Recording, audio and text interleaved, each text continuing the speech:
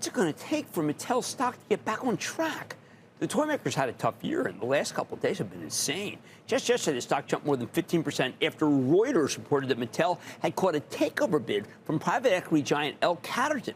But after conflicting reports that cast doubt upon that news or Mattel's willingness to sell, well, the stock fell nearly 8% today. And then tonight, Mattel reported second mixed quarter in a row, albeit with excellent margin expansion, which was enough to push the stock modestly higher in after-hours trading. So what do we do with the stock now?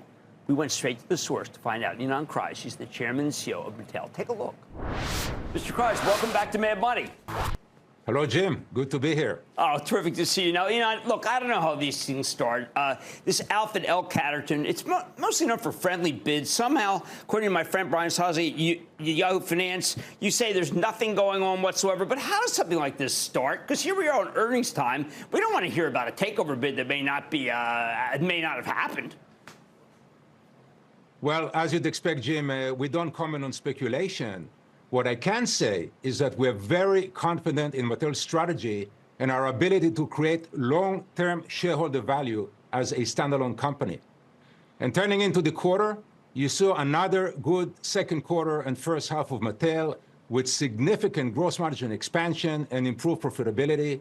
We continued to strengthen our balance sheet and more than doubled our free cash flow in the trailing 12 months. The industry performed better than anticipated, and Mattel gained share globally in the second quarter and the first half.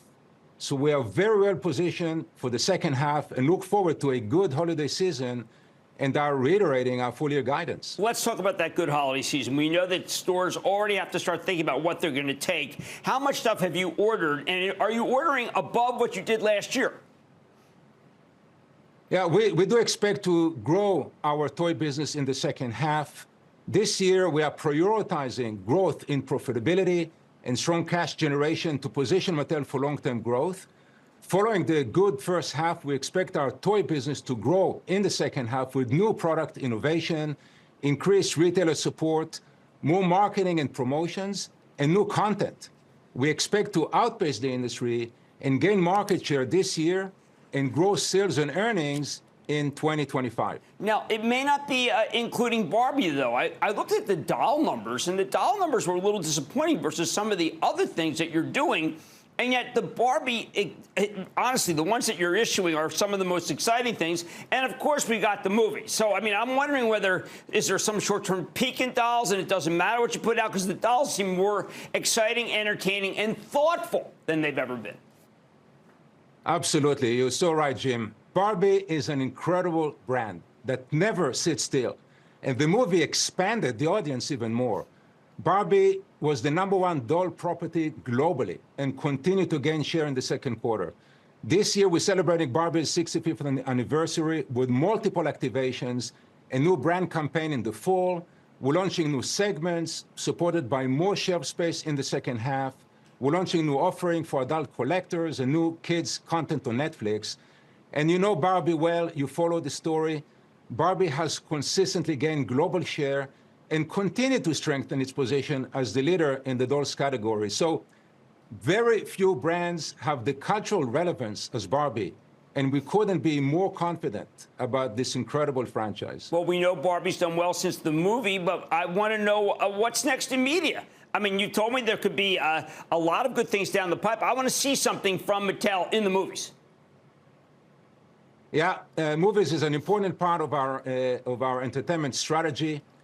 There's great momentum following the Barbie movie. There are 16 films in various stages of development and pre-production.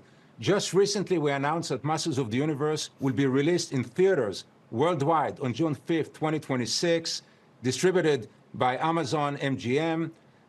There's a new Monster High movie that we are co-developing with Universal and Academy Award-winning producer and screenwriter Akiva Goldsman.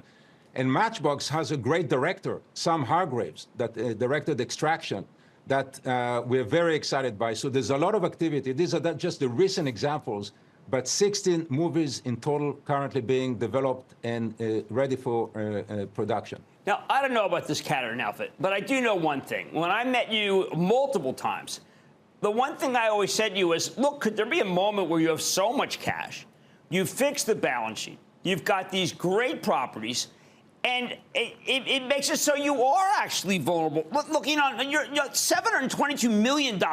You bought back $100 million worth of stock. But, I mean, at what point does your stock just become so cheap that something does happen?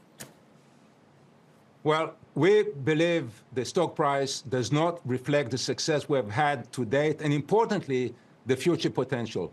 You know the numbers well. If you just look at some of the key metrics, our top line grew by more than $500 million. This is since the start of our turnaround in 2018. Adjusted gross margin improved by almost 1,000 basis points. Our adjusted EBITDA grew by 7.5 times, and free cash flow went from a negative $325 million to more than $700 million. And of course, we are now investment grade. And beyond the financial metrics, our brands are thriving. We are gaining share in the toy business. We're winning major licenses and are having great momentum in our entertainment strategy, highlighted by the Barbie movie as one obvious showcase with so much more in the works. So we are well positioned to build on this multi-year trajectory and continue to execute our strategy and expect the share price to reflect this over time. Well, look, your asset-light model, which you've completely turned around, it's definitely the right thing, says to me that, look, if you buyers don't want it, we'll buy it. Why just $100 million? Why not just stand there at 17 and say, listen, we will buy everything? Well, we've been buying, at this point, over $400 million since we resumed share repurchase last year, which was the first time that this happened in 9 years. We do have still $800 million remaining under our current $1 billion authorization. We expect to continue to do more share repurchase in line with our capital allocation priorities. And this reflects our confidence in our strategy to grow sales, earnings, and free cash flow and create long-term shareholder value. Okay, now your gross margins indicate that the consumer is pretty robust. You're able to get that full price. But we are starting to see this frugality of the consumer, whether it be going cruise lines instead of going to theme parks, whether it be not taking expensive airlines, whether it be using Amazon Prime Day rather than holding back. Are you seeing a too frugal consumer? You know, we don't see that. The toy industry actually performed better than anticipated in the first half and was comparable to the prior year period. We still expect the toy industry to decline modestly in 2024, but this is an improvement from our initial outlook at the start of the year. Certain categories are driving this. This is building sets and adult fan and collectors, which bodes well for our strategy. And beyond 2024, we believe that trends will further improve, and the industry will return to growth and continue to grow over the long term. The fundamentals of the toy industry are strong. Toys are an important part of consumers' lives, and retailers see the category as a strategic lever. And within this environment, we expect Mattel to continue to gain share and outperform the market this year and next year as well. Well, look, I share with you, I say, a budding frustration. Cash building, sales good, toy category over and over again. I keep hearing from every retailer is the place to be. But the stock has not done what you and I thought it would do. So let's see what happens. But it does represent a bargain here. Ynon Kreiz, Chairman and CEO of Mattel. Thank you for coming on Mad Money. Thank you, Jim. Good to see you. Mad Money's back after the break. Coming up, pop open those umbrellas and tee up your toughest questions. Cramer takes on all comers in the lightning round. Next.